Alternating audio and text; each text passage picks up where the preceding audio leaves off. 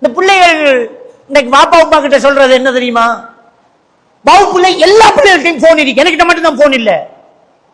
இதுதான் அந்த பிள்ளைகள் சொல்லக்கூடிய டயலாக். ஓலவர் படிக்கிறவன் சொல்றான், இந்த கிளாஸ்ல முழு பெரும் பைக்கி வச்சுக்கான். அவனுல வாப்பா மாதிரி உங்களை விட வசதி குறைஞ்சவன்கள். இந்த உமா கிட்ட போஸ்ட் பண்ற வாப்பா கிட்ட கதைக்கிறது. நம்மட வாப்பா அந்த பிச்சைக்காரனா, எனக்கு பைக் இன்றைக்கு வரணும், இல்லாட்டி நான் படிக்க மாட்டேன், என்ன தேடுவியல், என்ன காண மாட்டேன் என்று உமா அப்படியே பயம் காட்டுறான்.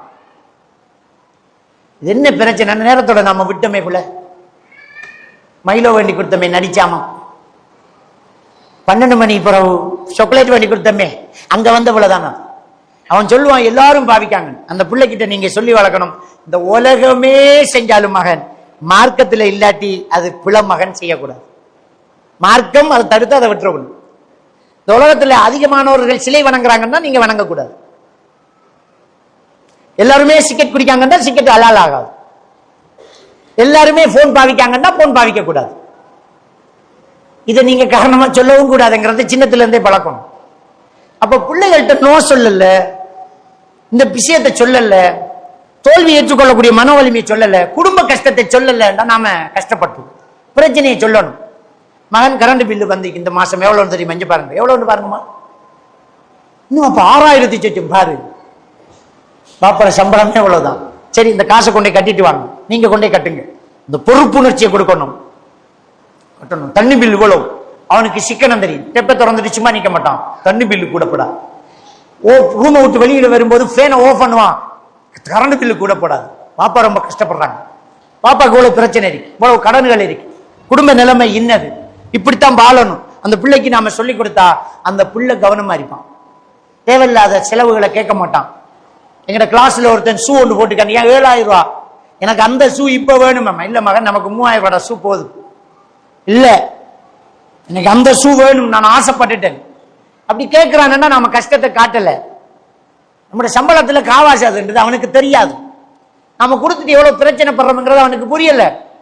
பிள்ளைகளுக்கு நம்மளோட குடும்ப நிலைமையையும் விளங்கப்படுத்தணும். இதான் நிலைமை, இப்படித்தான் போயிட்டு இருக்குது. அப்ப அந்த சோசியல் தொடர்புகள் பிள்ளைகளுக்கு என்ன செய்யும்? இருக்கும். அப்ப இதுக்கு முக்கியமாக பேரண்ட்ஸ் என்ன செய்யணும்டா, அந்த பிள்ளைகளுக்கிட்ட உட்கார்ந்து பேசுறவங்களா இருக்கு. இந்த போனை நாமளும் தள்ளி வச்சதான் பிள்ளைகளும் தள்ளி வைக்கும். இன்னைக்கு ஆகப்பெரிய பிரச்சனை இந்த போன் பாவனை தான். இன்னைக்கு பிள்ளைகள்கிட்ட ஏற்படக்கூடிய பிரச்சனைகள் போன் பாவனையால இந்த பிள்ளைகள் மனநிலை பாதிக்கப்படுது.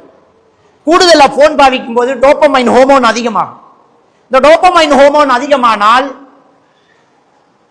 இந்த பிள்ளைகளுக்கு கற்பனை பண்ணக்கூடிய, தனிமையில உட்காரக்கூடிய ஹலுசினேஷன், டெலூஷன் என்கிற ஒரு பிரச்சனை ஸ்டார்ட் ஆகும். டெலூஷன், ஒரு இமேஜ் அவர் உருவாக்குவார். இவர் ஒரு கற்பனை உலகத்தில் வாழுவார். கூடுதல் அந்த போன் பாவிக்க பாவிக்க அவங்க ஒரு கற்பனை உலகத்தில் வாழ, அவங்க ஒரு உலகம், அந்த உலகத்தில் அவர் இருப்பார். தனியா பேச தொடங்கிடுவார். எத்தனையோ பிள்ளைகள் இந்த போன் பாவனையால தனியா பேசுறவங்க இருக்கிறாங்க, ஒதுங்கி ஓரமா நிக்கிறவங்க இருக்கிறாங்க. நீங்க ஃபேமிலி எல்லாரும் சேர்ந்து குதூகலமா ஒரு இடத்துல பேசி சாப்பாடு ஆக்கி திண்டு ஜோக் அடிச்சுட்டு இருப்பீங்க. அங்க இடையில ஒரு மூலையில நின்று குளத்துல ஒருத்தன் கல்லறிஞ்சிட்டு இருப்பான். அவன் கூடுதலா போன் பாவிச்சான். அவன் ஒரு இமேஜ் உலகத்துல வாழ்றான், ஒரு கற்பனை உலகத்துல வாழ்றான். அவன் ஒரு அனிமேஷன் அவன் நினைக்கிறான், தனியா பேசுறான், அவனா கற்பனை பண்ணி போறான். இது டெலூஷன். இந்த டெலூஷனுக்கு ஆளாகிறான். அப்ப இன்னைக்கு பிள்ளைகள் கடுமையாக பாதிக்கப்படுற இந்த போன் பாவனை, இந்த போன் அதுல உள்ள ஆப்பிள், அதுல உள்ள கேம் எல்லாம் அப்படித்தான் டிசைன் பண்ணி இருக்கிறாங்க. நாம சொல்லுவோம் அரை மணித்தியாலம் தான் போன் பாவிக்கணும் என்று சொல்லுவோம். அரை மணித்தியாலம் தான் பப்ஜி, ஃப்ரீ ஃபயர் எல்லாம் ரொம்ப மோசமான கேமுகள். அரை மணித்தியாலம் தான் நீங்க போன் பாவிக்கணும் என்றா அரை மணித்தியாலம் அவன் பாவிப்பாங்க. சரி, அரை மணித்தியாலம் முடிய கூட வேண்டி எடுப்பீங்க. 7 நாள் தான் உங்களுக்கு அரை மணித்தியாலம் அவன் போன் பாய்ப்பான். 8வது நாள் அவன் சண்டை செஞ்சு இன்னும் அரை மணித்தியாலம் போவான். அத அவன் செய்யல, அந்த போன் செய்யுது. எப்படி தெரியுமா? அந்த கேமோட டிசைன் என்னென்றால், அந்த கேமை உருவாக்கினவனுடைய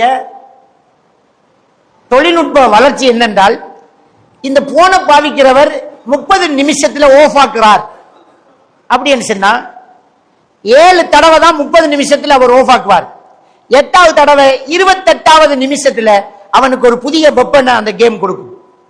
இப்ப இவன் இந்த வெப்பனை யூஸ் பண்ணணும் என்கிற ஒரு சூழ்நிலைக்கு தள்ளப்படுவான். 28வது நிமிஷத்துல இவனுக்கு ஒரு பவர்ஃபுல் ஒரு ஆயுதம் ஒன்று கொடுக்கப்படுது. கேம் கிஃப்ட் கொடுத்துரும்.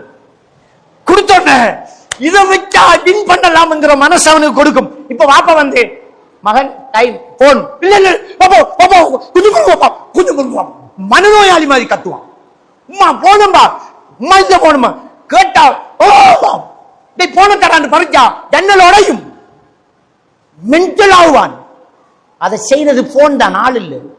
அப்படித்தான் அந்த கேமை டிசைன் பண்ணிருக்கேன். நமக்கு தெரியுமா இந்த போன் ஒத்து கேக்குது. இதுல நெட்ல ஒண்ணுல இந்த போன் இருக்கும்போது நீங்க என்ன பேசுறீங்களோ அந்த போன் ஒத்து கேக்குது. இந்த போனை வச்சுக்கிட்டு நீங்க ஏதாவது பேசிட்டு கூகுளுக்கு போங்க, நீங்க பேசின சப்ஜெக்ட் அது காட்டும். யூடியூப் போங்க, நீங்க பேசின சப்ஜெக்ட் அது காட்டும். இது ஒத்து கேட்கு. ஒரு ஆளை இதை டயக்னோஸ் பண்ணுது. இவர் எப்படிப்பட்டவர், எதை விரும்புறார், எதை பார்க்கிறார், எதை பேசுறார் அப்படின்னு.